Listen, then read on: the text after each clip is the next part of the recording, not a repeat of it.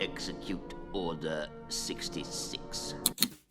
Palpatine's execution of Order 66 killed off almost every Jedi from the Star Wars prequels, but there are still a few that are expected to appear in the Obi-Wan Kenobi series, streaming on Disney Plus May 27th. From video game characters to Jedi we thought were dead, there are several characters that can make a pretty good case for returning in the series. Now, let's get started with the return of one of the most unexpected Jedi of all, Mace Windu. Back in 2005, we saw Mace Windu fall to his death after being disarmed, literally, and hit by Force lightning out a window. Or so we thought. We've seen plenty of Jedi survive limbs being severed, being hit by Force lightning, and falling from great heights. So it's not out of the question that Mace Windu could have survived the whole ordeal in Revenge of the Sith. I mean, if Darth Maul can survive this, then Mace probably could have made it out alive too. Samuel L. Jackson even went so far as to say, "In my mind, I'm not dead. Jedi can fall from incredibly high distances and not die." And George Lucas apparently had nothing against Windu surviving, so in all likelihood, he could be alive and make an appearance in the Obi-Wan Kenobi series. My back!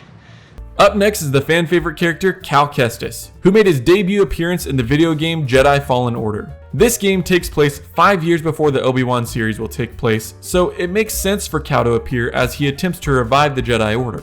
Cameron Monaghan voiced Cal and gave the character his likeness, so Monaghan would be the perfect choice to reprise the role for the first time in live action.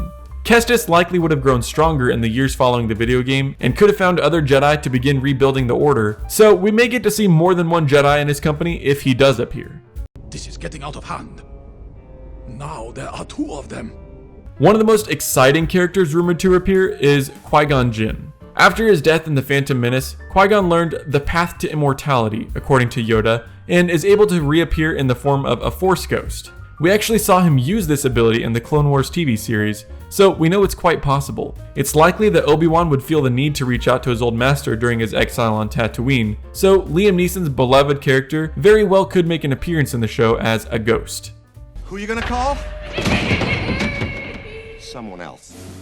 Up next is the former Jedi Anakin Skywalker, who's confirmed to be in the series as Darth Vader. We've seen Anakin's story on the big screen from the time he put on the suit up to around the time the Death Star was built. But we have a huge piece of his story missing between these times, and it's expected that Hayden Christensen will finally get to have a fiery rematch with his old master Obi-Wan. I also expect to see some sort of flashbacks, likely to Obi-Wan and Anakin's adventures during the Clone Wars. I mean, if they're bringing back Hayden Christensen for the role, I think it's pretty likely we'll get to see Anakin with a face that isn't cooked medium rare yet. The next group confirmed to appear in the series are the Inquisitors, who we've seen before in video games such as Jedi Fallen Order and an animated TV series such as Star Wars Rebels. The Inquisitors are typically former Jedi who joined the Sith and now hunt Jedi in the years following Order 66. So in a way, these Inquisitors are Jedi for the most part, and it's likely that they'll end up finding other Jedi who may appear in the series.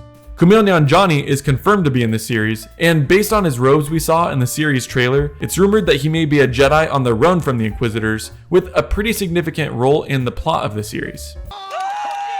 The next Jedi expected to appear is Kanan Jarrus, who survived Order 66. After this, Jarrus became a smuggler in the animated series Rebels, and renounced his Jedi ways. Seeing him in live action is something fans have asked for ever since the possibility presented itself when his ship, the Ghost, appeared in Rogue One and The Rise of Skywalker. He also appeared in both the 7th season of The Clone Wars and The Bad Batch as the young Caleb Doom, and we heard his disembodied voice in The Rise of Skywalker, so his appearance in the Kenobi series is definitely not out of the question.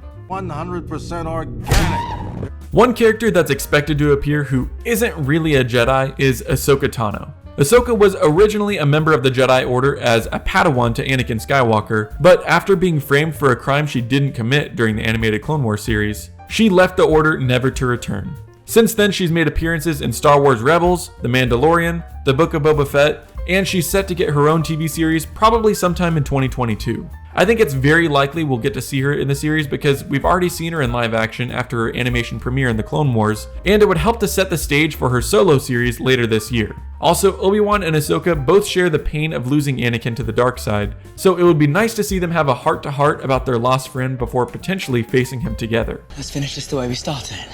Together!